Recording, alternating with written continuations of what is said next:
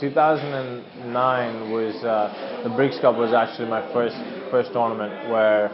I lost my first round in the qualifying, and then in 2011 when I came back to play with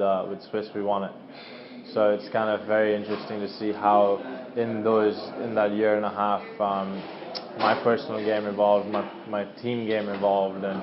you know it was I feel like it's something that my singles game of squash translated extremely easily into doubles, because the double squash plays to my strengths. It's a high, fast-paced game, and I found it a seamless transition into doubles, and you know it was great to have everybody's support here to help me play and travel and play events and really get going on tour.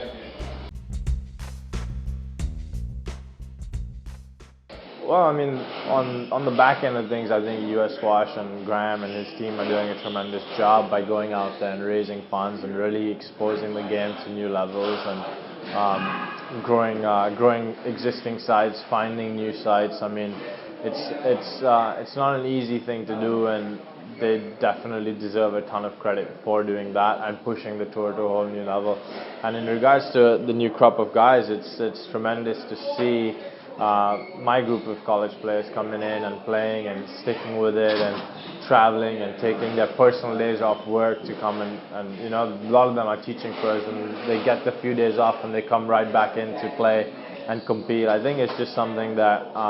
my generation of guys love to compete, and there's so much camaraderie between the different collegiate team players, and you know, everybody's like, it's one big happy family on tour, and it's great to see guys coming out and playing and traveling, and I think the tour is heading in a great direction. I think the main ideas and goals match well with the players, and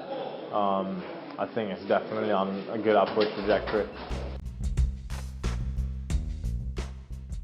You know, I think it's almost at a point where guys are going to have to start picking and choosing which events to go to, because the calendar is just jam-packed with events, and I think that's, you know, if you could compare it to any other tour, that already exists. So for the game to be growing at that extent, it's pretty exciting, I think, to be able to have that conversation where like, okay, I'm not going to play all 15 events or all 20 events, I'm going to play 10 and try and base my training around those, and you know, try and pick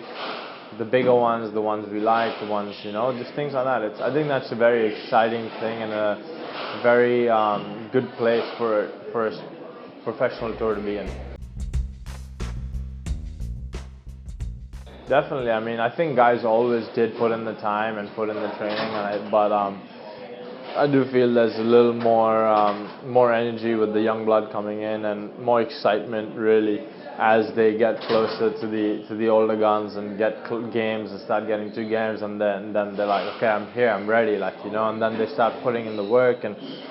it kind of conglomerates everything together, and there's not as much disparity between rounds, between players, and I think that's tremendous to see guys actually believing in their abilities and believing that they can beat the top guys and really going after it, which is cool. I mean, there are different ways to see the tour. I think I'd love to be able to see us on the tennis channel and things. I'd love to have a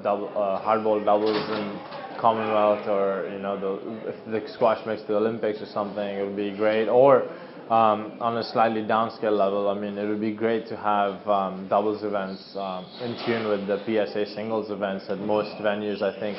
that would be tremendous for our game and this game of squash in general, for people to be able to see the different variations and styles